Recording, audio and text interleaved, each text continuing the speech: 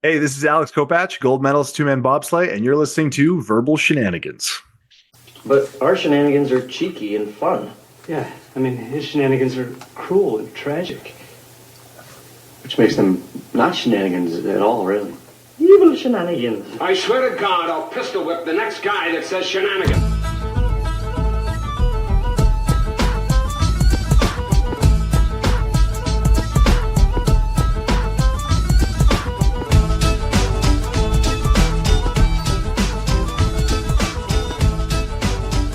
Hello, everybody. Welcome on back.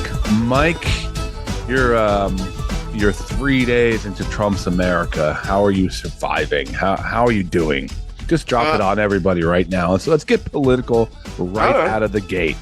Well, I'm pretty pissed off. I went into the store and I grabbed a carton of eggs and I threw down a $1 bill. And they're like, "Sir, it's more." I'm like, "The hell it is." Nope. This is America, man.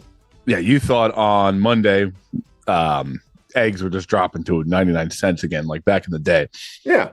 And another thing, some kids were like taking a geography class and they threw that Gulf of Mexico. I'm like, "Why are you slapping me in the face, man?" It's been pissing me off.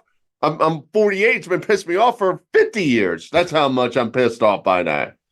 I remember my mom giving me $1 to go to Krauser's to get eggs for breakfast certain times. Like, "Oh, ride down the Krauser's, here's $1. Go get a dozen eggs and bring it back." Or $1. Actually, I remember it'd be like $1.06 with taxes. She'd give me a quarter. And then sometimes I get an extra $1. She'd be like, "You can get a bag of chips or something like that." Oh man. Yeah, so I'm gotta live in the big life and on. Isn't Krauser's the one where you used to look for porn back in the day too? I inspected the brown bagged magazines until I got in trouble one day. So you're getting fresh eggs, you're getting a bag of chips, and you're getting a Woody. I mean, that's a great trio right there. Listen, if you were 12 years old riding on your bike with your friends, that's the best deal in town. It'd be hard to ride a bike after you looked at those brown bags. I gotta be honest, bro. It was no different for me. It's not very impressive. So, but welcome back to Verbal Shenanigans. Thank you everybody for joining us. We just came off two of our longer episodes, if you will. We had the Verbies last week, which is our little award show, but we also had Tracy Bonham on, so go check that out. Before that, we kind of had our death tournament one, which always eats up some time. So we're back, and we're going to be really quick today. So, Mike, anything to promote before we get out of here? Undie patches. I got the patent on it, and they'll be coming in all different colors and coming right to you in stores nationwide. So we're not going to stick on the Trump thing too much, but I gotta ask you. It's the first day. It's going to be, back to the way it was 4 years ago, where CNN and all them are freaking out about every little thing he does, and the other side is praising every little thing he does. Mm-hmm. But we did have the interesting Elon Musk activity. Was he throwing the Sieg Heil? Was he so doing a Nazi salute? What was your take on this? I'm getting to the point now where he has his opinions on artificial intelligence and he's very strong in it. And I'm starting to think he's the first human who literally lives on artificial intelligence, because I could see he's throwing his heart to the people. But again, that's what an AI program would probably do. Yeah. If you throw your heart and you're like, "No, ChatGPT, that's Nazism. Don't do that." This is the reason billionaire tech nerd guys should be behind the microphone, be behind the scenes doing the things, because the minute they get on camera or get too much mic time, their spectrum-y side seems to come out in full force. Let's go through some of the greats. Bill Gates, never really great on the microphone. No. Steve Jobs, never really the most outgoing guy. Bezos. There's a reason. And if you watch now, do I think he intentionally went out and did the Sieg Heil Nazi sign? No. If you watch the whole video clip, you see his autistic self celebrating. It was kind of like that Windows 95 video, like where they're dancing to Start Me Up, like Start Me Up. It's the most cringy couple minutes ever of just nerdy white guys trying to like be cool. I think that's kind of what caught our friend Elon here. He's just so spectrumy and just doesn't know how to express himself like a normal human being. And out comes on day one, him doing a Nazi. Do I think he had any intentions on it? I'd like to think the guy that, is as much as he should just be quiet most of the time, but he is making brain chips to help people with paralysis. He's going into outer space. He's making electric cars. He's tunneling through California to make I highly doubt he wants to throw just, and by the way, I am a Nazi out there. I'm just going out on a limb here. He makes Teslas, and German cars are known for great performance. So maybe he was trying to make that tie right there, because people have been crying about the Cybertruck since it got cold, and they seem to be just like turning off completely all of a sudden. So it's like, okay. I also think like, here's a guy who gets nervous. Like Trump, you put him in front of a million people, he'll say anything. He doesn't care. He's a weathered, battered comedian who could just, drop him in a room anywhere, and he's gonna start working the crowd, saying crazy things. Doesn't care. This is like, I don't know, him getting there. Remember when you used to get nervous, talk to yourself and act like, I think this is Musk's equivalent of getting nervous and, oh God, I just threw out the Nazi salute. Oops, Scott, is Elon Musk a big supporter of the Klan out of curiosity? I guess. But then as much as I'm like, oh God, like what a bad look when but then I start seeing the posts from the left, and it's like, I don't know. You think like, for as crazy as all this is, we're just gonna go full Nazi day one. We're just gonna he's only got 4 years, Scott. Yeah. He can't delay, he can't wait till he's 3 years in and go, oh, by the way, the Fourth Reich is coming. And this is the thing with Trump in my mind. For anything like, as much as I'm not a fan, a lot of people are not a fan, but even if he says like things like, oh, we want to cut government spending, pretty good idea. I think it's something everyone should do.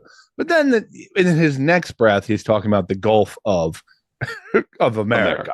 Like, this is what you get with him. Like, he's so insane that like the good things he might be talking about, or some things that are logical, just get overshadowed by his insanity. Yeah, basically Trump should put all his thoughts into a spreadsheet, and then somebody from his cabinet comes in and hits the filter button, and then it's like, my God, he's a genius. As long as somebody has that blocker right in there, they're like, here's all his thoughts. Oh, this is great. Hey, what's this filter option for? No, don't touch it. A lot of Nazi stuff in there. Don't touch it. But I don't know, man. I've said it on cast before. I get the appeal from the people who are supporters of him. I understand some of the ideas that they like, but then he just always I'm just convinced I will never ever be like loyal to a political candidate ever again in my life. No, it's almost silly. Like all the everybody, I'm saying, oh, I wish I could have been there and this and that. It's like you think your parents have like a Herbert Hoover tattoo on their arm or something like that. Your dad does? Yeah. He's rocking it. I didn't know he was a Hoover hover. yeah. Big card carrying member of the Hoovers. So, oh man, I prefer if you didn't make fun of my father. I mean, do people have Eisenhower shoes? I mean, it just still, and I see both ends and all. Like when people were wearing like the blue and red change Barack shirts, I'm like, yeah, it's cool and everything, but Nah, I don't need to be putting it out there or anything like that. Yeah, it's going to be another. But the one thing that is a little alarming to me is like all of a sudden, like we're just cool with like the richest people in the world being right in the cabinet, right involved in absolutely everything, and all the celebrities now are just kind of there. Every psychopath from sports and MMA and the Paul brothers and they're just everybody's invited to the table now. Like anybody with any kind of presence or millions of dollars, billions of dollars. And I think they figured out there was like $1 trillion worth of value in that building that day, which is odd because you'll have millions of people waiting in the cold for him that still don't equate to $1 million. No. You know what I mean? I mean, Conor McGregor's there. What has to go wrong in your, I mean, or right, if however you see it, for like Conor to be a guest in honor? He's coked out of his skull. He's ranting and raving. He's trying to fight people on the bus. He looks horrible. His face is just like swelled. He looks like he's been drinking all day. The Trump, if you're trying to persuade the people that you're not this evil, it's like, why are you inviting all the craziest people in the world to come support you? And you know he's getting like some kind of cabinet role. Like you'll be like, oh, these roads in New Jersey are terrible. I need to contact somebody, and you'll like call an 800 number, and Conor McGregor is going to be cursing you out, telling you he's going to beat the living crap out of you, be complaining about the potholes again. You called me about these fucking roads one more time, lad. I'm going to bust your skull. Yeah, listen, I love Conor McGregor fights and people watching them and the craziness that ensues there. But I like that in the octagon or in a bar setting. It's a little alarming when this is all his boys coming, and these are the guys that we're going with. These are people who are making the national laws right here. And we should really, I know we should have done it like with the whole vote thing, but now we should really start considering some of the stuff going on right now and all. And now just the tech companies where they just love Trump now. Like what is happening? Like this just shows you that it's all BS. It's all just follow the money, man. Just follow the money. Okay, well, Trump was going to win this by a landslide, blew everybody out of the water. The sentiment's starting to go his way. Let's just put our money and funnel it right towards him. And I'm sure there's backhanded deals and this and that, and you're going to get this, and we all make out. And then guys like me and you still paying $5 for eggs. Well, I mean, I put a bid on TikTok. I'm hoping to get that and all. I mean, that'd be cool if we own TikTok, considering we've never used it. Yeah, well, that's why we're not prejudiced over anything. You can't say we're biased because we never used it before. So, I think you signed us up for an account, right? That was yes. I signed us up and I sent it over to you, and it was like some weird like bunch of like different. It's like alphanumeric hexagon kind of thing. And here you go, Scott. The account is 83HL214. So, did you sign under our name? Yeah, I signed our name. That's what it comes out as. Well, we're killing it out there on social media, but we're just getting ready for the next one that's going to come out, since TikTok, might not be here soon. Well, apparently everybody's going to Blue Sky. That's like the big, I'm getting off of the major platforms. I'm going to Blue Sky. And there's some billionaire behind there just like, of course. Yes, liberals, come to me. But I put the color blue in there. So speaking of a shift back in time, as we always seem to come back, go forward, go back and forward, I went to the ultimate shift in time the other day. I went to medieval times, Mike. When was the last time you went to medieval times? I haven't gone to medieval times, and I believe somebody still owes me a medieval times dinner, if I'm correct. That is true. That's probably like 8 years ago, but I didn't know you've never been to medieval times ever. Never been there once. Nope. Wow. Okay.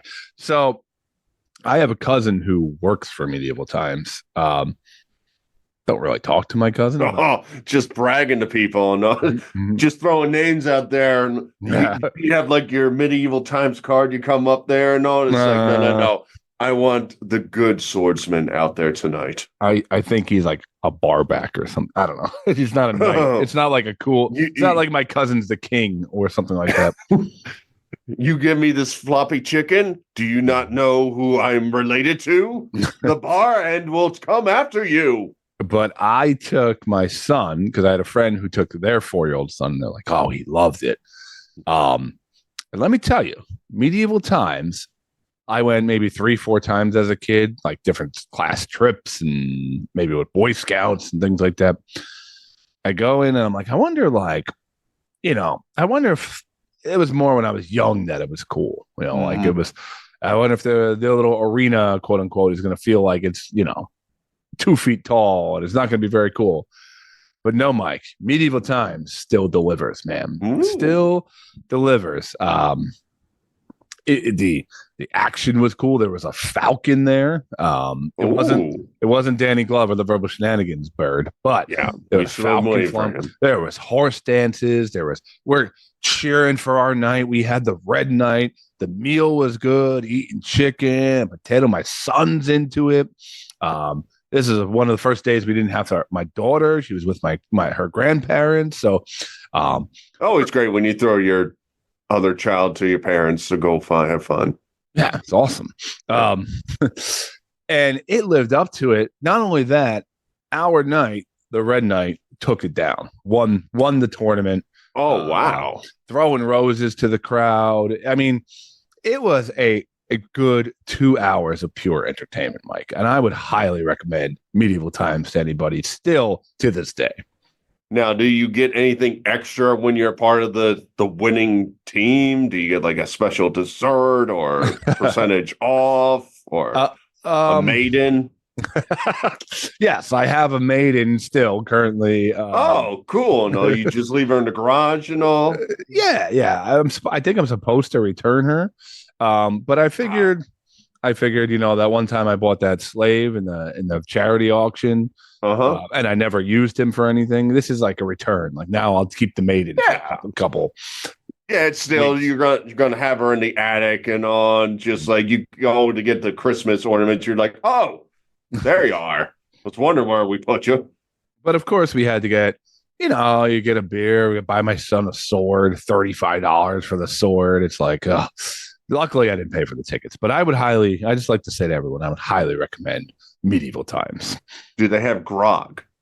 No, I did not see any grog. There might have been a drink called grog. I'm not sure, but there is a one located in Lawrenceville, Georgia. I'm not sure how far that is from you. Ooh, that's a distance. That's a distance and all. But I mean, you ever down here and all, then it's just like, get in the car. Where are we going? This has been 2.5 hours. Shut up and get your wallet ready. Shenanigans Showdown is getting paid off.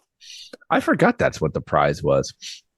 No, but was that even when? Like, were we still in Jersey when we did that, or were we? Yeah, of course. Yeah. That was early on. That was probably, if I had to guesstimate, year 5, year 4 through 6, one of those. Yeah. Yeah. All right. Well, we'll get there one of these days.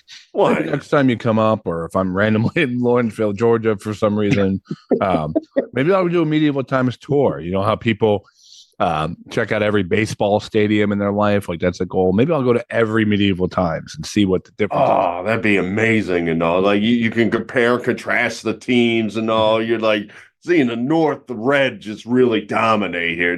None of these Southern red people really understand how the medieval, But I mean, you don't choose your night. They give you a night randomly. So like, it wasn't like we wanted the red night. You get one. I want all my knights to stand in front of me while I inspect them and make a decision on my own. You want to like do a full bot, like turn around for me? Yeah. Hey, Blue I Knight. don't want no weak ass knight representing me and all. When I go out and have like chicken and I might buy a sword, I got to make sure I'm putting the best investment out there with the winner. Hey, Blue Knight, do a little twirl for me. Let me see that. Let me see that. Yeah. I will say, I was when the Knights came out First guy, the narrator comes out. He's got flowing locks. He's talking on the mic like, "Hi," then that really like media voice. I'm like, that guy's cool. Next couple nights come out, big flowing locks. My night comes out, bald. What? Wasn't, I was like, oh God, we got the bald night. Did they really have like shaving utensils back in medieval times? I feel like by rule, if anything, wear like a weave while you're going out there. So they're gonna have this big white knight with a weave on his head. Yeah, I mean, again, that's why I need to inspect my knights before I pick a team. I don't want this randomizer. Oh, you're number 3, you get yellow. None of that crap. Not gonna lie, the other nights came out and I was like, oh, that's a handsome guy. This guy's got a nice horse. And then my bald knight comes out. I'm kind of felt a little let down. I wanted the locks flowing in the wind, but he ended up winning. Even the evil Green Knight came back and he was able to defeat him. So all is good. We'll let the baldness go and kind of work his way. Maybe Hims, I know, is a big company for hair replacement, but I feel like if you're going to be a knight, the locks really help. Yeah. I mean, just like on the horse with the wind and the whole theatrics of it all. You can't just have random, like, if my knight came out with a mohawk, I'd be like, what the hell? But I couldn't believe like there was people celebrating their 40th birthdays. Someone was in there like in their 30th wedding anniversary. There were people dressed up. It was still pretty cool, man. It was still a good time. Out of curiosity, like, what year are you on in marriage right now? We will be celebrating six this year. Yeah, I'm coming up on 7 and all. How do you think our wives would react if you're like, I got a surprise for you, number 30, and you just pull 30 would be a tough sell. Maybe for 6. Maybe for 6 I could pull. Yeah. Like an odd number, like you don't know if it's like paper or wood or something like that. Yeah, I could totally understand that for like a nice round number, and they're like eating chicken with their hands. I don't think our wives would approve of that. I think you have a chance because you have been forced to go to this other pretend place of Disney World so many times for different occasions. You could be like, we're going to go to my type of pretend place. We're going to meet characters. We're going to meet the king. It's actually kind of like Disney World. Well, see, the counterpoint to that is once I establish that, then she's going to be like, well, I guess this is a recurring thing. And then I go on a 4-year Disney tour, if you will. So that's my concern point. We can't bring that back. I feel like you're in a good spot. It's faded. That's why I'm saying that I'm in a good spot. I can't chance doing that, Well, you got 23 years, though. If you're going to do it for the 30th, you have to plan this medieval times, thing. That is true. And take her for ice cream after. You're good, But I'd be like, honey, it's our 30th. They let me pick our night. Don't worry. I ain't fooling around. So quickly before we get to our guest here. Last week, I told a little story about one of my companions falling out of my shorts at the gym. A buddy of yours? Yeah, he's a good buddy. I mean, we go back a long way. Like close? Really close. Like we are. It's almost like we're attached. Okay. Does he have a twin brother? Well, yes, but one's semi larger than the other. But I heard they differ on politics. Like one's far left and one is far right. Yeah, I would say left is definitely the more serious one. Okay. But yes, last week I told this story about my testicle falling out of my ripped gym shorts and my ripped boxers at the gym. And I noticed the draft and I was like, oh God. And I ended up continuing the workout, but like kind of keeping my legs closed together, and it'd be pretty embarrassing. Then of course today I'm sharing ask for a spot. Spot me, bro. Down here, bro. Eyes down here. So today I'm sharing the episode, doing our normal follow-up, like, hey, the episode's up and whatnot. Sure enough, the guy we work with, I could just give him Ray from Ray B Inc. they awesome like music marketing company. They've gotten us so many different guests over the years.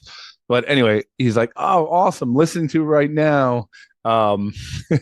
In mid testicle conversation, I'm hearing you testicle now falling out. Now I'm thinking he's gonna log on and he's gonna hear his client, talking about right away, talking about a career. Oh, yeah. Then he says, "Okay, I'll send this to Tracy." Then Tracy sends an email to Tracy, and she's like, I guess she didn't read the testicle part because she was like, "Oof, testicle talk. I'm currently in testicle talk." Then they go on and share the episode on their thing. They're like, "Here, our friends at Verbal Shenanigans interviewing Tracy Bonham." Oh, and listen to, I don't know, host Scott's testicle story. So here it is, my testicle just getting press, Mike, just getting press that doesn't usually happen for us. Like, we love all sorts of feedback, but here we are. Once again, this reminds me of the most listened to episode of our podcast is about me not being able to perform in the bedroom the first time I ever tried. Yeah. So for the record, I have the picture up. The final part is, and listen to host Scott's gym adventure with a loose testicle. Had to get my announcer voice there for it. So I was cracking up the whole time. I'm like, this is great. Yeah. Your testicle is bigger than the show. That's how things have gone and all. We keep on trying to promote the show all along. We had the best weapon of all time, and we haven't been using it for 10 years now. Unbelievable. Now we got to go full force into promotion. It's all Scott's testicle. It's in the background of our graphics. It's going to be the W's and the the O's. We got to get green screens and just your testicles are flowing behind us as we talk and all. So the apple must not fall like in relation. So my son, I found this funny because I had this story the other night. He's sleeping, and he fell asleep while we were watching a movie in bed, and all of a sudden I hear him go, "No, my peanut." I'm like, okay, and he's like panicking, and he's full on talking in his sleep. It's like, I can't, no, not my peanut. 'Cause that's kind of like the name we use, what you use for it.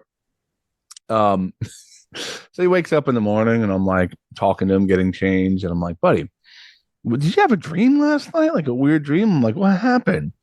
He's like, yeah. And I'm like, "What happened?" He's like, "Oh, I had a dream that my peanut fell off at school and I couldn't find it." Oh, man. I'm like, this is my son's 4 years old, and he's telling me he's having a dream about his dong missing. And I'm like, "So what happened?" He's like, "I don't know. Miss Haley, who's his teacher, was helping me try to find it, and we couldn't find it." But in his baby voice language. Yeah. And I'm just cracking up. I'm like, I guess we both have testicle stories and peanut stories going on in this house. That's why I feel bad for your daughter. I mean, you're just shoving her to your mother when you're going out for medieval times. You can't share these penis stories with her. That it's not going to relate. I just feel like when we're like way older, you're going to be talking about, I haven't talked to my daughter in 10 years, because we have nothing in common. And meanwhile, your son comes over, "Yo, penis, what's up?" She's going to have to discover me like through the episode 498. She's like, "Oh, that's what my dad was talking about." Oh, it caused trauma, which in turn went to my brother. And that's why they're so close, and he couldn't bond with me, of course. Damn peanut. Also, Tracy Bonham was a great rocker. Oh, my gosh. But yeah, so that's what's been going on kind of here at the Brennan house. But let's shift gears here. Let's get to a guest, and we'll come back. And I know, Mike, you have a tale for us. I do. So we will get to that. So coming on the show today, we are delving back into an Olympic guest. We've had several over the years: John Morris, Dave Andrechuk, Jim Ploplinski, Darren Harris, the Jamaican bobsledder. Right, Devin Harris, the Jamaican bobsled. So we've had a bunch. So we're actually diving back into the bobsled game, if you will. So today, coming on the show, I was actually at a wedding with him through a mutual friend of ours who is also a Canadian bobsledder. But here is an Olympic gold Olympic bobsledder. Really interesting guy. We dive into all things bobsledding, getting to the Olympics, his battle with COVID, and you guys got to hear this one. So here is our interview with Alex Kopacz. All right, let's get this thing going. Alex, how are you? I know you're our friend from the north, but I'm curious if it is as cold as balls as it is right now in New Jersey. In Canada. Oh shit! It's got to be comparable. -10 for me. So what is that for you? That's got to be like 20 something degrees. Don't ask an American to figure out Celsius Fahrenheit. Okay? Yeah. You guys supposed to know us, not the other way around. Exactly. Well, since we're going to become the 51st state, we better get it straight. Hey, congratulations. Yeah. Welcome aboard, man. Yeah, let me Welcome show you aboard. around. This is guns. Yeah, exactly. Do you like McDonald's? 14 Do you like Fahrenheit guns? for reference. 14 Fahrenheit. Yeah. All right. Yeah. I got feels like 1 right now. It says outside. But so first off, welcome to the show. Thanks for giving us a few minutes of your time. I met Alex I guess it was a couple months ago now. At a mutual friend of ours, wedding in Canada. And my friend Joey said, you should bring Alex on the show. He's a pretty unique, interesting guy.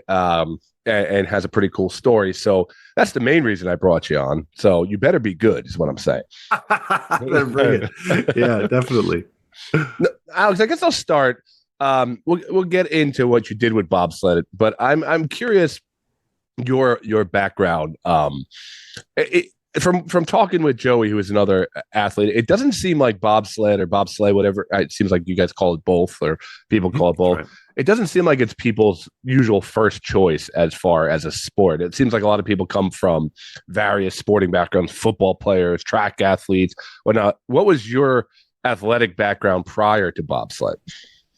No, it's a great question, because it's definitely one of those sports where it almost finds you, or someone pushes you towards it, and that's kind of the way it goes. I got into track very late. So I did a lot of sport in high school, and then I kind of transitioned towards shot put after just 2 years focusing on school. I was at someone's gym, and they're like, "Hey, you're too strong to not be doing a sport right now. How about throwing?" And I went, "Sounds good to me." The guy was an Olympic discus thrower, so I'm like, "Okay, take the compliment. Let's try it." In 2 years, I got really strong, and then weirdly also very fast. So I think like I was always fast. I just didn't really have a concept of how athletic I was. It wasn't like a big thing in our family to really put emphasis on sport. It was, as long as there was a good balance between that and school was okay, it was enough. And then I got really curious with the time that I'd had left, because by the time I was already making an impression, like on the track team, that puts me towards the end of undergrad. And then I figured, if I just jumped into working now versus trying to explore how much more there is to this, that'll be that window past. So I figured I'd give it a crack. But to be honest, the first thing that was kind of floated towards me was getting back into football. Okay. So I probably would have never crossed paths with Joey in football, because he is, I think he's a year at least older than me. But I would have maybe gone down that road a little longer just to have seen. But we had a person on the track team who was a sprint coach that did bobsled between the year 2000 to 2002. He's like, "Man, you might make the Sochi team." And so I'm like, "All right, I'm curious." Because if I was going to try one thing once, football, yeah, could have been a good time, but there's a lot of unknowns. You have to learn a whole game. And someone's like, "You just have to be the freakiest athlete possible to be good at bobsled." I'm like, "Okay, let's explore that. Let's see what I can do." So this is with no bobsled experience yet. He said you can make the Sochi team. That's amazing. Well, I mean, again, keep in mind, like he hadn't been on the team for decades at that point, right? Or actually just over a decade. Yeah. And because he's just like, yeah, the body type, the way that I was moving, I guess for reference to listeners, I was 280 pounds and I was running 60 meters in like 7.2 seconds. And that was good enough. Now, not to say that's like anything to be like impressed about in the United States, but like for us, I made the senior men's sprint standard. Oh, all right. So that's where people are like, "Well, that's weird." It's like, well, yeah, I mean, I didn't know I could do that either. So, and that was like no run technique, just kind of, just raw muscling it out. So, not that I ever ran like a proper 40-yard dash, but I suspect probably like, once we got into like our good running form and whatnot, I feel like 4 or 5 wouldn't be out of the question at that body weight. Well, it's just, it's probably an unsustainable combination because like even throughout my bobsled career, the injuries that creeped up largely due to engine too powerful for the tissues kind of situation. Yep. So when you get first started into it, just out of curiosity, how long into train do they kind of figure out what you're best man for? Because there's 2-man, there's 4-man, there's the guy in the front that steers, the guy in the back who's the last pusher. How do they figure out how long does it take to say you're a 3 or a 2 or something like that? Well, they first try to see like if you're comfortable having dudes behind you. And if they already can see that you're comfortable, they say, "Okay, God, you can be a bobsledder." Oh, Mike, I was just gonna say that to you. Bam. Yeah, so it's a combination of things.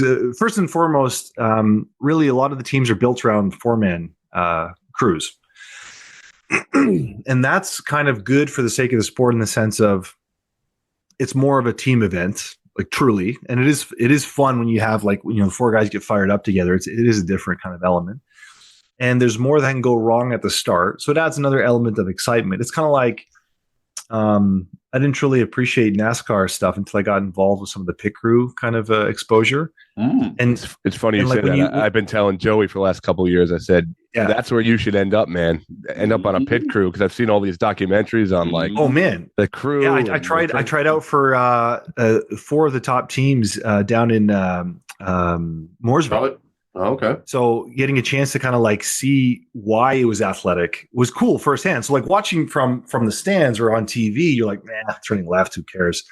Yeah. When you watch those guys in the pits and one guy fucks up, all of a sudden it's a different ball game and it's way more exciting. And so hence why I'm saying like the 4-man discipline out of the 2 is more exciting, just to see the coordination and making sure everybody knows what they're doing. Yeah, NASCAR's come a long way from like having your drunk uncle change the tires in the come a long way.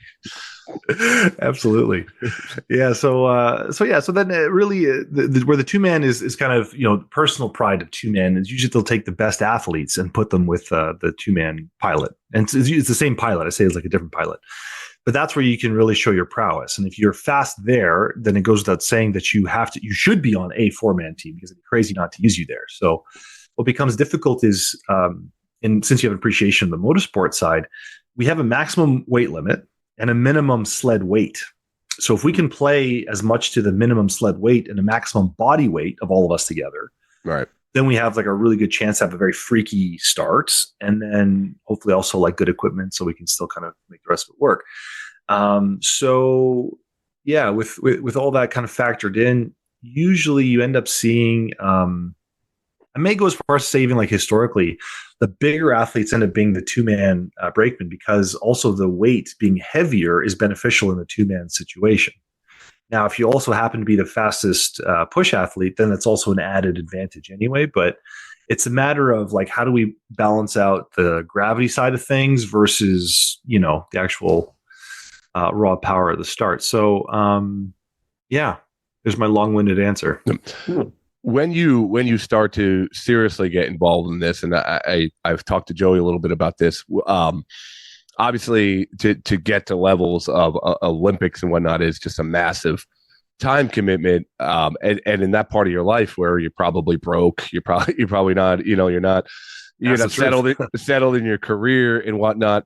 How did you go about saying, okay, I'm going to figure this out? And basically, does it just have to become your entire life for that period of time? I would say if anybody wants to actually seriously make it to the pinnacle at an Olympic sport, unfortunately, it has to become your full-time job. Right. And depending on the country, I'm sure Joey's probably told you this in the past, but to anyone listening who's not really aware of it, like certain countries have more or less support for what's technically referred to as an amateur level sport. Right. And so the challenge there becomes, can you balance for example, debt load versus, commitment to the sport. Sure. Can you find a sponsor that'll take care of everything? Or, or are you in a position where you have to work? And if you have to work, then you have to then be comfortable with the opportunity of not being able to be as good as you think you could be. Right. And that's just one of those things where even at the top level, if you get, let's say, highest level of funding for us, when Joey and I were competing, it only amounted to like $1,700 per month. And so it's like, and you got it for sure from October to February or March. And then it was essentially withheld from you until September if you made the team again. Wow. And then you were back paid. So a lot of guys that already had it could be a little bit more relaxed, but people that were kind of on that cusp that really had to fight for it every year, it's a different animal. And then on top of it, I don't know if you've ever traveled out to Calgary, but Calgary compared to most cities is a little bit more expensive on rent and all the rest of it. So it just becomes one of those things where it's like, okay, you got to maximize your body. You've got to maximize things like how you're sleeping, how you're eating, training. But then you're also thinking about the stress of the financial side of it. And so it's like, it's challenging, but you'd regret it if you didn't go all in with your focus. And Sure. I can tell you that probably any athlete that, like an older athlete, if they ever referred back to when they were younger, probably one regret would be that they didn't go more all in when they had the shot, when they really had the shot. Because a lot of people they don't wake up to that until they're like, oh, for example, I'm 28 or I'm 31. And I'm starting to see how good I could be. And it's like, well, you would have been a killer if you just got your shit together when you were 21. Yeah. True. Now, you talk about commitment. 2015 World Championship, you got pneumonia, and you're trying to push through in this bobsled. Now, what the heck is happening in your body and system, and how well did you think you could push through that? That was a really interesting time. So the context there, we had it was a weird time for the team, like coming off of the Sochi Olympic crew. A lot of people retired. Funding was starting to shift a little bit. So a lot of people that were on tour at the time classically wouldn't have been on the World Cup team. Like, for good reasons, bad reasons, doesn't matter. We were made very well aware that we were lucky to be on the team in that capacity. Mm-hmm. And so support on tour became challenging. And as the year went on and we got closer to World Championships, a lot of people started getting sick. And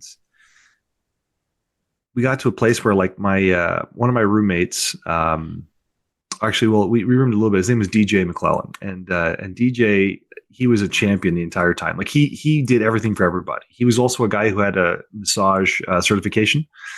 So the people would go to him and also get massages while he's one of the athletes who's also trying to compete and do whatever. Like, he gave everything he could, his spirit, his soul. He was a good dude, but he got really sick fast. And we're in Germany, and I was the only one that was already starting to become fluent in German, because by the time we got to 2015, I already done at least one full semester, summer in Germany with this exchange program I did, which also a different kind of adventure there. So ended up driving a lot of the athletes that were sick to the hospital and staying up with them, chatting with the doctor, doing whatever until they got it figured out. And so it turned out it was like a pretty shitty version of pneumonia going around. And I got it as a consequence of being exposed to helping everybody get to the hospital. So that was it was just bad timing. And then not knowing what I had, you think you'll sleep it off. And the shitty thing about pneumonia, especially in cold weather, and that's not even if you're an athlete or not, it's just how much the breathing feels like jagged knives because it's cold going into a damaged lung space. And plus being feverish, you kind of feel like you're not really there.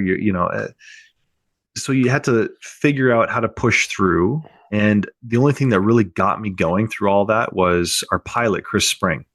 And, Scott, if Joey's ever told you about people that left a positive impact on him, Chris Spring would have to be up there for sure, because just a well-natured guy.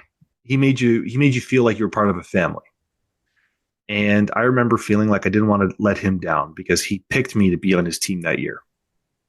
And so somehow that, I don't know, you just found a way to dig a little deeper because of it, because we wanted to do it for Chris. So me and everyone else on that on that crew for those World Championships. It was for some of us our first. Like in my case with me, it was my first, and then we had Chris, who we didn't want to let down. So somehow we ended up having the eighth or the third fastest start. We had an eighth finish. We beat Canada 1 at the time, such as it was. It was one of those cool moments where we shouldn't have been that good. Yep. So it's either the top team was just bad that World Championships, or somehow we found that extra gear. But in certain sports situations, and I hope both you guys through your experiences have tasted this at least once. It doesn't have to be at an Olympic level, but like sometimes it'll be like that high school sport moment where all of a sudden, I don't know, everybody clicks and everyone's going twice as hard, even though they were tired like 5 minutes ago. Something just happens and you can feel it. And it's just one of those moments where you look back and you say, that's amazing that we found a way to pull that kind of performance out of such a shitty situation.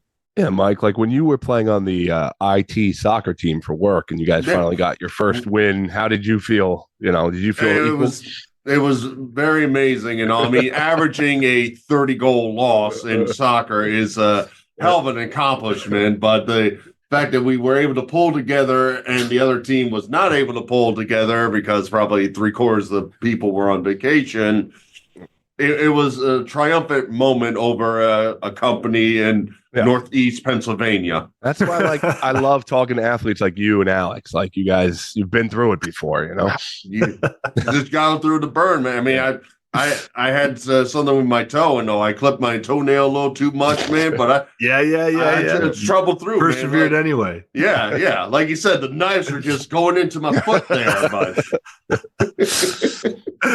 Now, Mike, what kind of an IT guy are you? Are you the kind of guy that you know too much about devices, that you have a printer besides this webcam setup that barely works, is from the 70s, and if it makes a weird noise, you have a gun underneath the desk to shoot it and put it out of its misery so you don't get hacked? Or are you like, no, world's safe enough, I know how to protect my shit? I'm the laid back, if it works, I don't really care kind of person and all. When they're like, oh, I'm used to doing this, I'm like, cool. Do that. No, don't let him BS you. He hacked into my wife's phone number and called me from it, and we almost missed an interview because I thought it was my wife calling over and over again. I kept hanging up, and it turned out to be him and the guest on the other line. You're the one who called me out. You're like, oh, some great superpower. You can change your phone number. I put you in your spot, Brendan. Yeah, don't let his southern drawl from New Jersey somehow trick you into thinking he's innocent. But the glitz and glamour that people think Olympians must go through. I was fascinated, like talking with Joe a couple times along the way, and I couldn't believe that we would think as a fan or someone watching this sport, like you guys show up on race day, you put your sick outfits on, you look good, you race, and someone takes care of the sled, and it's gone. But apparently that is not the case. I don't think many people know how much work you guys actually put into the sled too. Can you touch on that a little bit? Yeah, there's again, I'll use an analogy to motorsport. Like we have to service the sled before the races, after the races, and we have to transport everything too. So the two major things that are transported without our input is before the season starts, we'll have stuff shipped out to a couple different locations, and it'll just be one, but we'll choose. It'll either be, for example, a place like Frankfurt, or we'll send it off to one of the places in the United States. And Park City or Placid. And once it's there, at that point, we'll then find a Sprinter van rental. And then we have a way to kind of do a quick modification so that the sleds can, try to put two in, kind of stack them accordingly. And then we're assigned which sled is which team, which truck is which team, which small car. There'll be one small car and one Sprinter van for each kind of 4-man team, basically. So there'll be, in a good year, 5 of us, one spare to help out, but otherwise it'll be 2 boys in the small car, 2 boys in the Sprinter van, and off we go. And between race tracks, it's about on average anywhere between 6 to 10 hour drive. Winter spots in the mountains, you never know what you're going to get. Snow, not snow. Put on the chains, and then so we get to location. let's say if we're lucky, it's a Sunday night. We'll unpack. We'll flip everything, give it a chance to dry if it was still packed with snow from the last race. And then the Monday, we'll go down, do some basic servicing on it, maybe some kind of, WD-40 kind of whatever. And then we'll prep it for the day one of training. And every day we pack it, dry it, flip it, put it in the trucks, take it to the track. And once you get to the track, there's like a bit of an assembly line of, a line of trucks getting up to the top, unloading the sleds, getting into your spot. We have to like line up, and they have like an order of how they want people to line up for the training sessions versus the competition. And the entire bobsled training day will be like anywhere between 3 to 6 hours for a total of anywhere of 2 to 3 minutes worth of actual work down the track. Yep. And then we'll pack up, drive it back, unload at the hotel, get our workout session in. We'll either do it before the bobsleigh session or after, and then eat, sleep, and repeat. And you'll do that right up until, let's say, like the races. That's where it gets a little bit more interesting, because if, let's say, I'm doing the 2-man race on Saturday and we have a 4-man race on Friday, the other 4-man athletes that are not competing on Tuesday will do everything for me and the pilot, or as much as possible, so that we don't physically have to do as much lifting, loading, whatever, kind of help us rest up. And then race back Saturday or Sunday, everybody does race together. We pack up and then we drive immediately to the next location. Yeah. And we have 8 races, 8 locations, of which you'll have a 2-man, 4-man race. So in my case, I did every race every year until the Olympic year, where we had a little bit more swapping between some of the other 2-man athletes. So it becomes like a very full labor job, like day in, day out. Yeah. Yeah, definitely. Roadie's a great way to put it, because like I said, whether again from the motorsport side or if you're in a band, it's a lot of hauling shit for me to be. Yep. Now, how different is each track you go to? Are they all like the same configuration and length and all that? And like, how can you tell like this track is faster than this or slipperier or something like that? Yeah. So in general, I think like you could say on average, all the tracks are about 1.5 kilometers long, just basically a mile.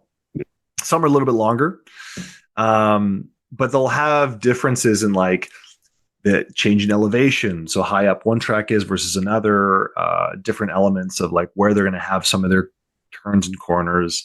Whistler, for example, is the fastest track in the world, but it's also because it has such a huge change in height from the first 4 corners. And you notice the speed picks up really fast. And then by the time you get going and you're at that top speed, you're going essentially 100 miles an hour. And so some tracks will have a lot more technical elements. Like Placid is one of those where it feels like you're getting like kicked around a whole bunch. And that's if you're doing it right. So there's more opportunity to crash in some of those more technical tracks. And famously, a place in Germany called Altenburg is where a lot of injuries happen, because it's, to most of the world, it's scary. For those that are in Germany training there a lot, they know how to do it. It's their home track. Right. But there we have actually very recently, last season, if I'm not mistaken, there was a horrible accident. A Swiss bobsledder was run over twice with the same sled, pelvis shattered. So it's like you have certain places where even if you know it, even if you're one of the European athletes and you've been there, there are certain sections of those tracks where as a brakeman and praying your pilot doesn't dump you, you're like counting, you're like, oh shit, here comes that maybe spot. We made it. Okay. And then now you relax the rest of the way down because you know you made it past that critical spot. Yeah. Yeah. And then some tracks like I think have a history of being well maintained. The crew at Whistler, they were always awesome. Always awesome. They put in extra work, make sure the ice was super smooth for us, because if it's not well groomed, very counterintuitive, it feels so bumpy. You might as well be driving over gravel. And that adds to the concussion load. That adds to your back getting kind of beat up even more. And, it's not comfortable sitting in those things, right? You're sitting on the chassis, basically. You've got screws, this, that, edges, it's, yeah. So every track has its differences. And I definitely think some of the more beautiful ones are memorable for their own sake. And I don't mean the track, but the view is like insane. Yeah.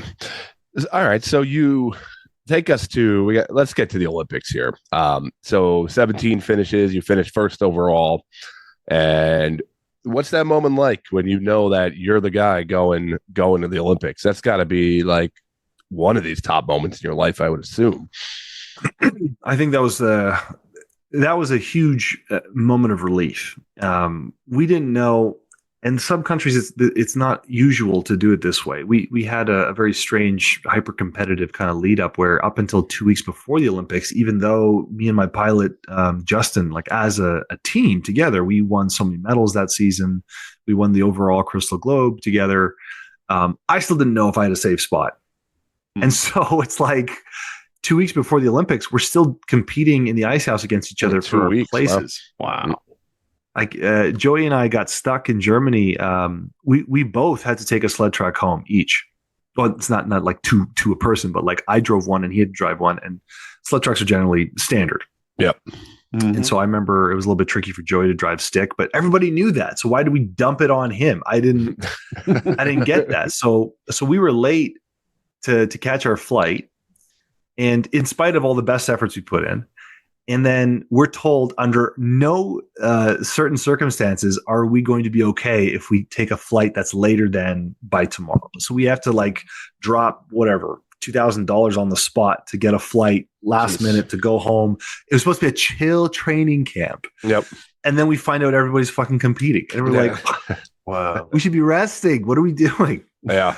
But finally knowing for sure that it was solid, I think that was a massive breath of sigh of relief, man. Like, So when you're at the Olympics, first three runs, you're in the lead. By the fourth and final run, you're behind a little bit. Is there anything like when you go into that final run that you sit back and go, we got to change something? Is there anything that you can really do to say, like, we'll extra gamble here or there? Or is it just literally like, just do a cleaner run on the last one to win? Man, the things that you think you might be able to control in a moment like that, it sounds so much cleaner and simpler that when you're not in the moment. I think like to give you like the most honest answer, you just try to you just try to fuck up as little as possible on that last one. Right. You know what I mean? Yeah. It's like, yeah, we need to get an extra this much speed, this many more steps. And it's like the odds of you executing that successfully and not causing a screw up becomes very weird and hard to quantify, because like our sport's measured down to 100th of a second. And so you were right to point out that by the end of the third heat, we were in the lead, but we started off a little bit behind with the first couple corners. But it was our race to lose. So now you're thinking to yourself, okay, literally we can't make any mistakes because that we'll just throw it away. And our start times were incredibly consistent. Actually, throughout my career, the first run to second run, I always seem to be good up to 100th, if not identical. I don't know what allowed me to do that. It's probably my coach Olaf and the training he gave me. But we were 100th faster on the last one. So we were 5:13 for the first three runs, and then 5:12 on the very last one. And we tied to 100th. So it's not to say that the start's what saved it, but like the drive had to be equally as clean. If he could find a way to have driven it better, amazing. But it's that much harder to try and find better lines than to just simply not make the mistake you made the last one. And like when I talk to a younger audience, I'll usually use the analogy. On average, apparently, the speed it takes for us to like blink our eyes is about 1/10 of a second. So 1/10 the time it takes you to blink was the margin of error that we had in that race. So I guess for me and my pilot seemed to have a similar enough personality under pressure, in the sense of we were both net calm. Like inside you have the intensity, right? Like I'm listening to metal, like I'm psyching myself up, but outwardly I'm trying not to waste energy by like, you like bang my head against the wall. It's like, I got 5 seconds worth of effort. I need to save my bullets. You know what I mean? Yeah. So give us a little insight on your Olympic experience, as far as not only just the race itself, but being there, being part of it. How were you guys treated overall? Like, how was your experience? I think Korea as a country, they were incredibly gracious. And I'll tell you one of the most moving experiences I had in Korea was actually the year before. Usually they'll try to do like a test World Cup event. It won't be like an official, like no one's really trying, but it's more just to see like, okay, if we have the trucks, if we have this, like how does it actually flow with the sleds and all that. So I remember I had a cousin at the time. She was teaching English out there. And she's like, hey, want to meet up with you? It'd be really great. Haven't seen you in a long time. Maybe watch the race, take you out for a classic Korean style barbecue. Went into this restaurant and there's no chance anybody knew who I was. No chance. Nope. Not Alex, but they saw that I had Canada, big dude. They knew it had something to do with some kind of international level of sport. And the restaurant slowly stood up and gave me a round of applause. Wow. Nice. I've never experienced anything like that before. Yeah, Mike has, but Yeah, every Korean restaurant I go into, Are you sure they're not looking at you being like, oh, fuck, this guy again? Give him that water with skull. Don't let it be anymore. It's just the reverence, of the way that some of the Asian cultures, the way they view excellence. And you see it, whether it be music, there's a deep appreciation for the effort it took to get to that level. Yep. And that was very, very cool. And then actually being there in the village, and for me as my first Olympic experience, I have nothing to compare it to. For those that have never talked to anyone or heard about some of the experiences there, it's a full ecosystem. You have a mess hall that's 24/7. There's food at all hours, at all times. Whatever you need, it's there. There's a full medical suite. There's an MRI on site, X-rays. I mean, shit, you can get your teeth done, like full dental work. Everything is just covered and available for you. It can be very overwhelming because there's so many people, cameras everywhere. So depending on the sport, you've got to be really mindful of, again, how are you wasting your bullets before the fight begins? And so the 2-man race was the end of the first half of the Olympics, and the 4-man event was the last event of the Olympics. And we arrived to Pyeongchang almost a full week before to do a little practice runs on the track. We were all allowed to internationally, and also to acclimatize to the altitude and time change. So like my job didn't end until literally the very last moment of the Olympics. And so it's kind of hard to stay in that high alert mode, but like relaxed. So I couldn't just go and like chase the free stuff and kind of sightseeing stuff. Yeah. But the year before, it was great to be able to go and see the local villages and see some of the things around. And I will say, in that week before the Olympics officially started, it was cool to watch, like, oh, we can go watch a speed skating event or, figure skating.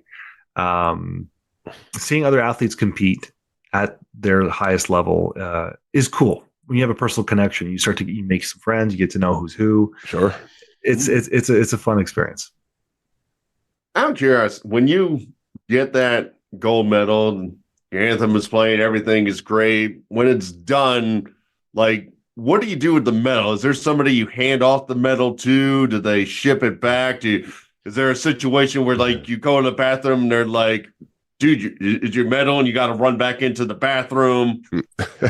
I mean, people, I'm sure that they've lost it. And I don't know if you guys have heard some of the Olympic stories. I think 2016, a Polish thrower paid his cab fare with his gold medal. He was super drunk one night, and then he ended up getting it back. But there's all sorts of shit like that. But like once the medal's given to you, we hold on to it. We don't do anything else. But the medal ceremony for us was it was quite late. I mean, even getting the race ends at like 1 a.m. Wow. And then we have interviews and all sorts of other stuff. So now it's like it's 3 a.m. And then then we have the next morning we had interviews at 9 a.m. and it was just like. All of it, it's like it's good. It's part of the grind. The I wouldn't say the grind. It's part of the reward. Just the constant the machine of what is the Olympics, right? Because you start to feel like, but shouldn't I be resting?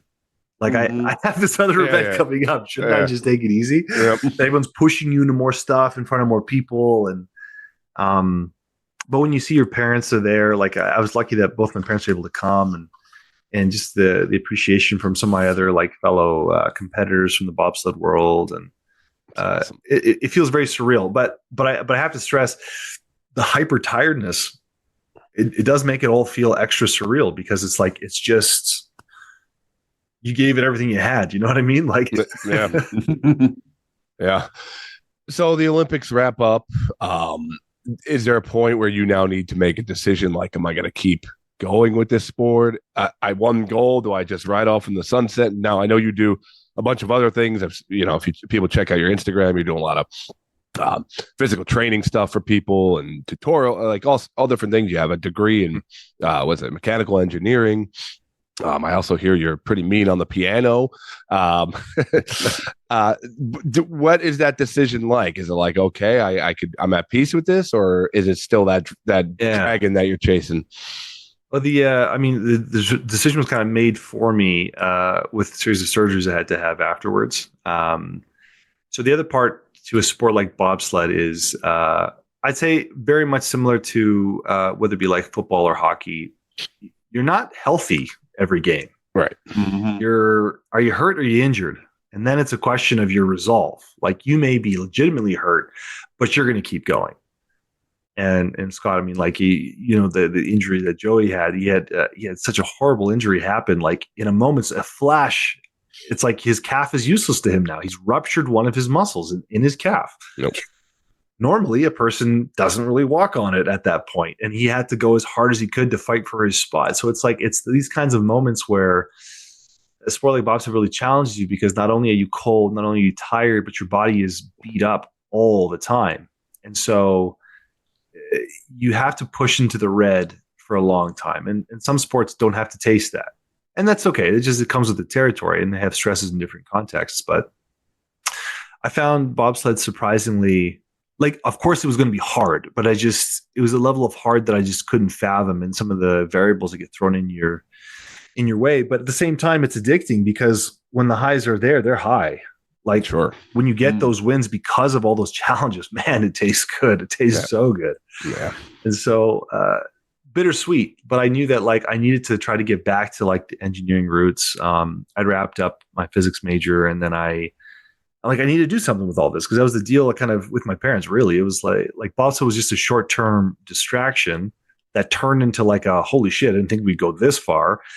And then now it's like, well, am I going to keep doing this? Like, where do I go from gold? And it wasn't expecting to even come away with a gold medal. Sure. Like back in 2014 when I tried out, it'd be great to just make the team. That would have been for my family. It was a story, you know? And then it was trying to repurpose that energy to something else. And it was a very hard transition. You wouldn't believe the lows a guy experiences after that. And it's not just because you're not just competing anymore. It's like the psychological, philosophical burdens of, is it meaningful? Is it not meaningful? Why don't I feel more fulfilled? Right. And it just comes with the territory if a person has high standards for themselves. Yes, it's what pushes you there, but also at the same time, keeps you pretty not pumped. So I try to repurpose into entrepreneurship. I bounced around a couple different startup companies. I tried working first, just like going back to manufacturing for a bit, and then slowly got pulled back and towards that more of that kind of.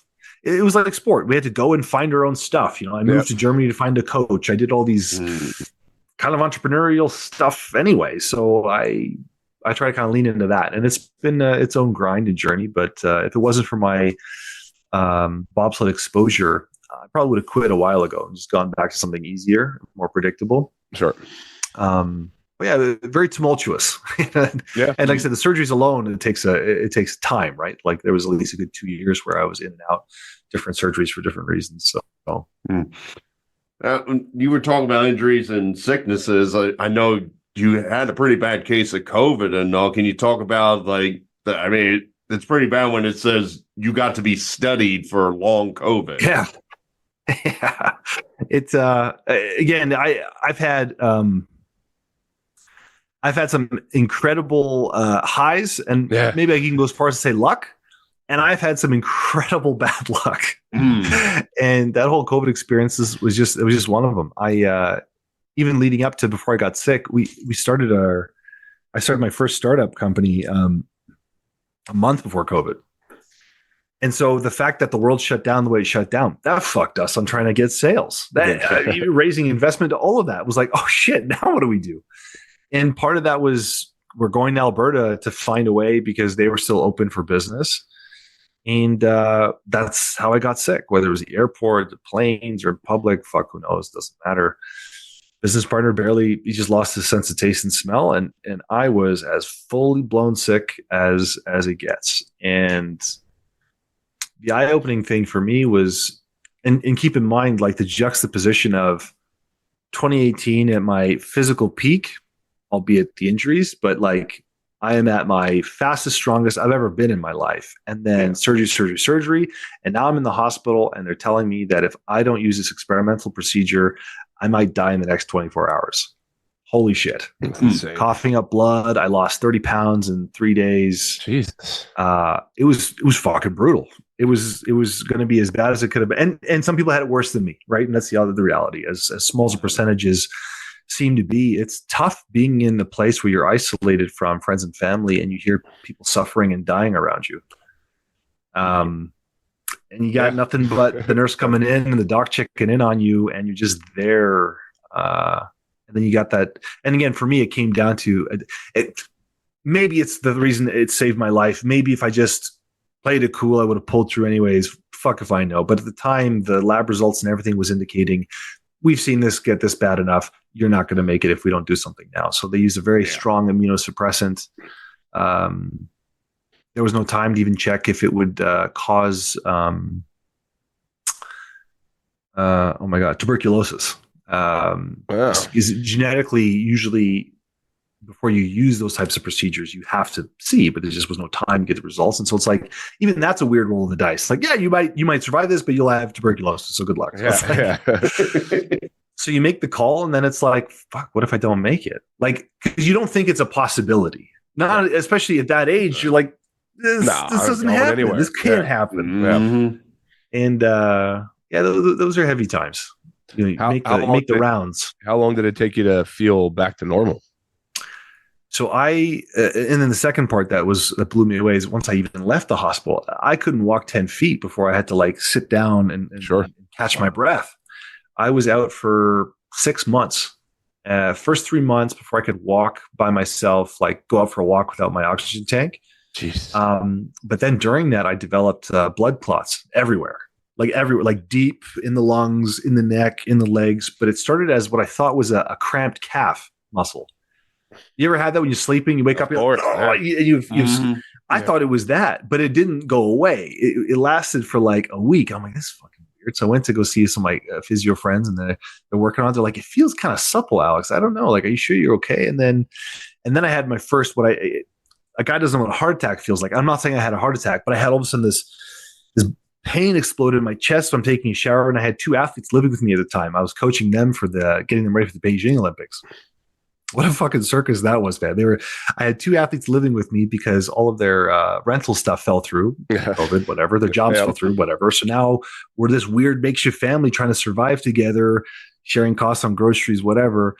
And now I'm sick and almost died. And then I'm terrified that they're going to be as sick as I would. The guilt, you can't imagine the feeling in those moments. And then I'm calling. I told my athletes, I'm like, I can't breathe. I'm like, I can't. The pain won't go away. It keeps like up. I don't know what's going on. We got to go to the hospital. And even that experience of even getting taken seriously, that why I was there and in pain, that was very weird. So like when people talk about like gaslit situations in medicine, it's like I'd never experienced that until those times. Where it's like, I don't know. I don't know if you're faking it. Like, I think you're just looking for pain meds. And it's like, no, man, I'm telling you, this is like, I know how to handle pain. This is normal. Yeah. And then, one guy says, whatever, just go home, take it easy.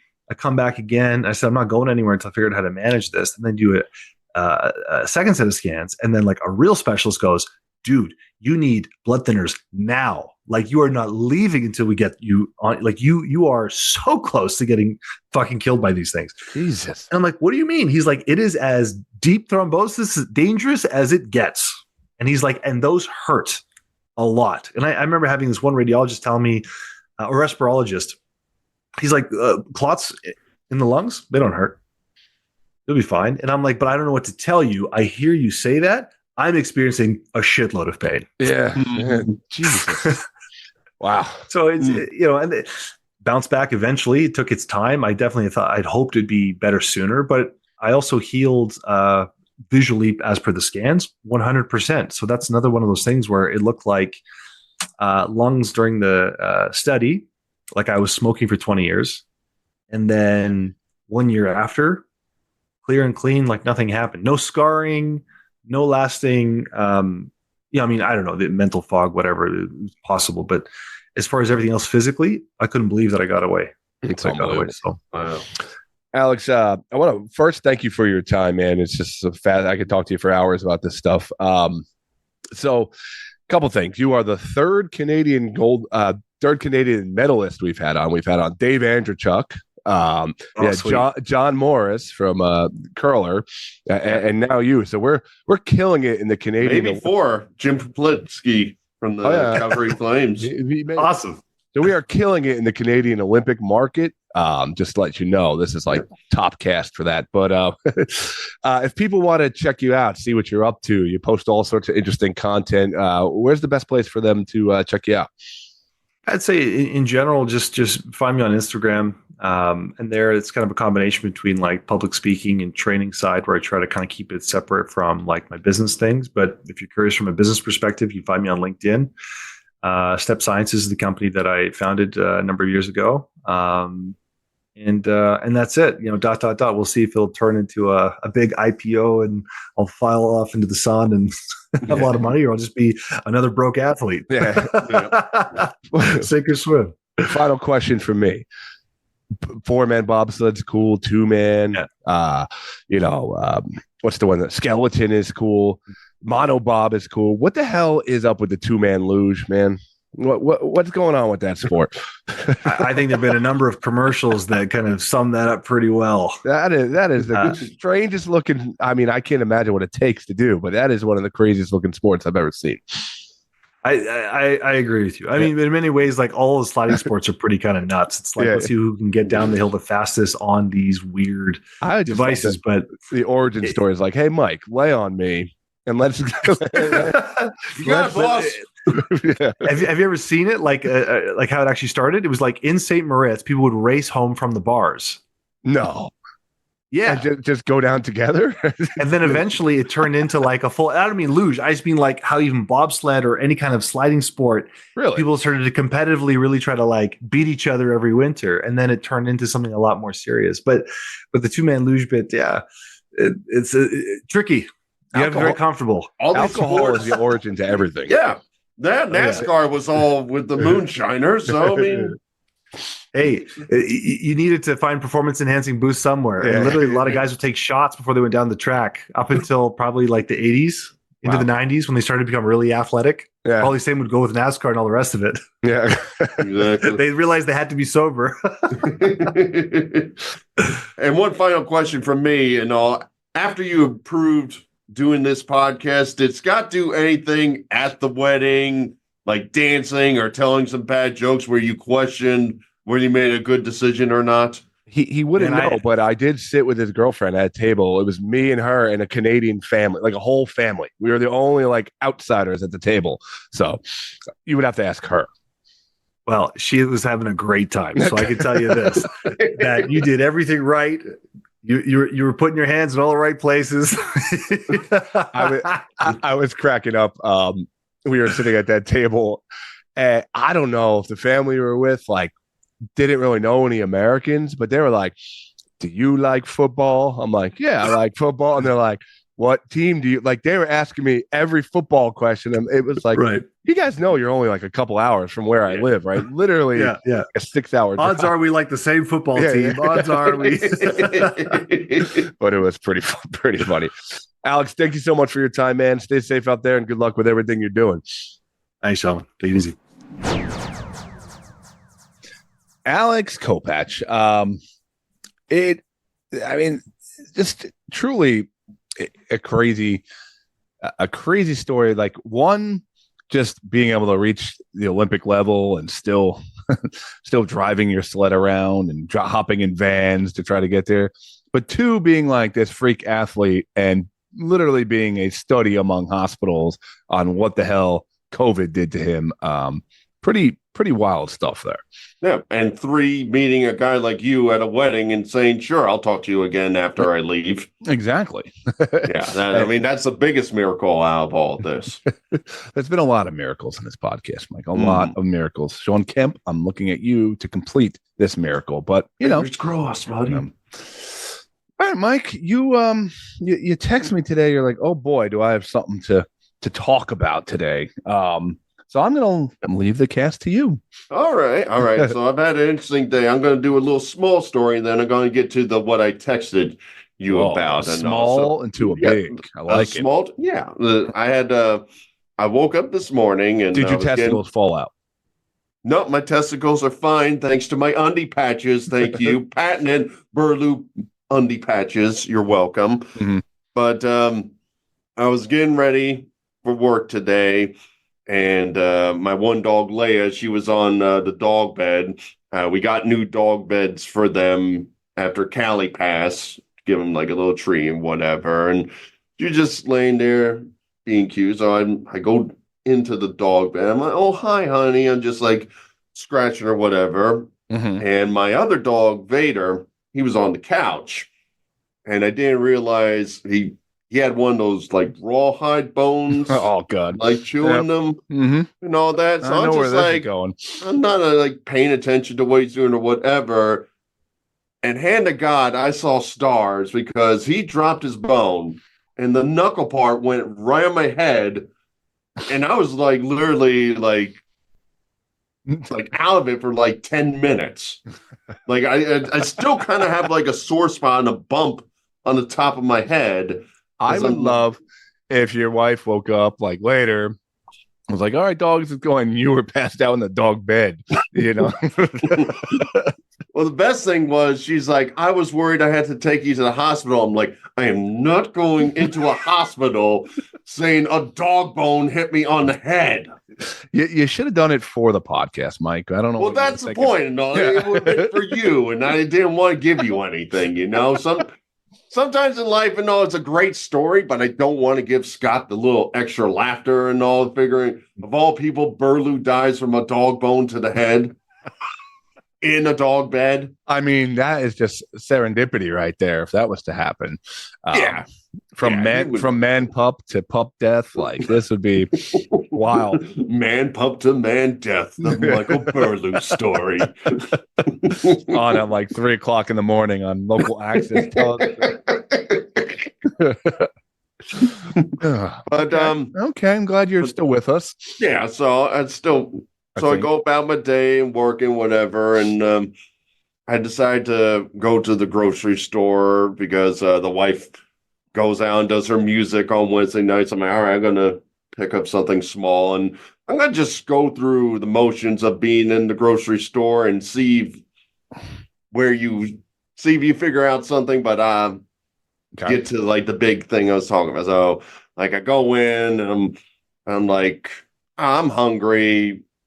I usually get like chicken tenders there. No, they get the pre-made chicken tenders at the stores. That's your little treat. That's your sausage, egg, and cheese. 3 of them for $5. Yeah. That's like a solid deal, whatever. And I go in there, and they usually have them on the side in those heating lamps, and they didn't have it. And I went to the section where they pre-made, and there was nothing there. I'm like, okay. Man. Not your day. Not your day. First the dog bone, then no chicken tenders. No chicken tendies and all. So I walk around and I'm like, all right, there's like a pre-made salad and they discounted it. So I'm like, all right, that's my dinner for tonight. And I'm like, well, that's not going to be enough. So let me think of some things. And I'm like, oh, I pick up a block of cheese. And I'm like, okay, I'm going to get some crackers to go with this cheese. So I'm going down. I'm in the dairy section. I'm about to go down aisle 5, and there's a gentleman in front of me, just standing there, and I look around the gentleman, and I see a dead man on the floor of the grocery store. What do you mean a dead man? As in, they are doing chest compressions to bring him back, but he is not responding. And they're doing it for a while. So I got so many questions here. So you're going down the aisle hunting for your block of cheese. No, this is after. I got my cheese. I got my discount salad. I'm going to go get some crackers. And then it's cheese in one hand, salad in the other, humming along the way. I'm going to go down aisle 5, and this gentleman is right before aisle 6, and in the way of 6 and 7 is a guy flying on the floor, getting chest compressions, likely dead. Now, you didn't notice any kind of like commotion going on, like people looking, panicking, stopping? This is the insane thing, most insane part of the story. I'm hoping there's a lot of commotion, and it's just because you got hit in the head with a bone that you're like, no, literally, there are no like employees to back people away. There are nobody from like the paramedics saying like, hey, keep back, we're working on something there. People are shopping on the other side. So imagine right-hand side, this is the dairy door. Then like in the middle is those like open like freezers where they like have like discount cheese and all that. And then there's the aisles, and in between the cheese display and the aisles is a dead man. What a crappy place to die, man, in the cheese aisle. And people shopping around you. Yeah, they had nothing. So like I kind of see him like, whoa, and I go down like the cracker aisle and I pick up my crackers, and like there's one cop like jogging, he's like, oh, excuse me, won't say anything, and he goes by. But they're not even telling anybody. Like, there's a woman coming with like her 6-year-old son. Oh, no. And I had to stop her. I'm like, I don't know how traumatic your kid can go through. There's probably a dead man back there. You might want to stay to the front of the store. They don't even put like the wet floor signs out to close the aisle down. Nothing. So like, I keep shopping. Like, I'm like, since I couldn't get my pre-made chicken tenders, I went down the freezer section. I would love if you like stepped over the dead body, like, oh, like, attendees are down here. Listen, I know you're doing chest compressions, but can you hand me that? Can you hand me? But like, I go down further down to like the freezer section. I'm trying to shop for stuff, and I walk up and look down. It's still dude flat on the floor. They're doing chest compressions. A couple people around him, but like, there's a woman like stocking shelves like 2 feet from this dead person. Is this just like what Georgia's like? Is it like the Battle Dome down there? I don't know. It was like the weirdest thing where like there was nothing blockading the area. Like I said, on the other side of him was like the freezer section. So people are like shopping for milk while they're trying to save a man's life. And there's nothing that's stopping people from just like walking over into the area. Like the guy said that was in front of me, I think he was like in either a paramedic or a police person, but he was staring literally directly at the guy and doing no like traffic to like, hey, stay away from here. I know you have shopping to do, but there's a dead man on the floor right now. Clean up aisle 7. Wow, poor dead guy. Yeah, and I like I said, I kept like checking for shopping items, and I would go to the back, and it's still guy on the floor doing chest compression. So I saw no signs like he was coming back. And then as I got finished it, I picked up like some strawberries to go with all my stuff. Yep. And I'm in the self-checkout. Uh-huh.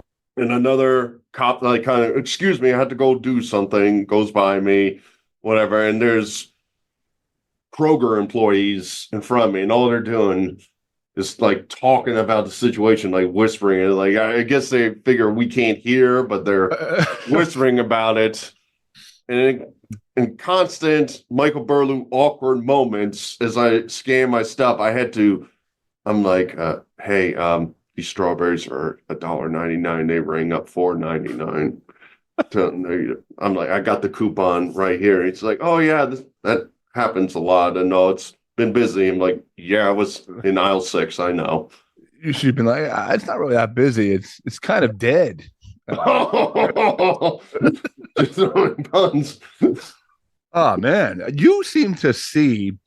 Didn't when you went out to the restaurant, they say someone was dying of a heart attack? The terrible restaurant you went to the other day. Yep. The wife, somebody was having a medical emergency, and the people outside couldn't agree on who was the person that was having the medical emergency. Then didn't someone die in the parking lot of your old work or something like that? They found a body in the river from the back of it. Not an employee. I was way gone before that. In fact, the company was gone from there when it happened. It's just in the news. It's like, oh, we used to work there.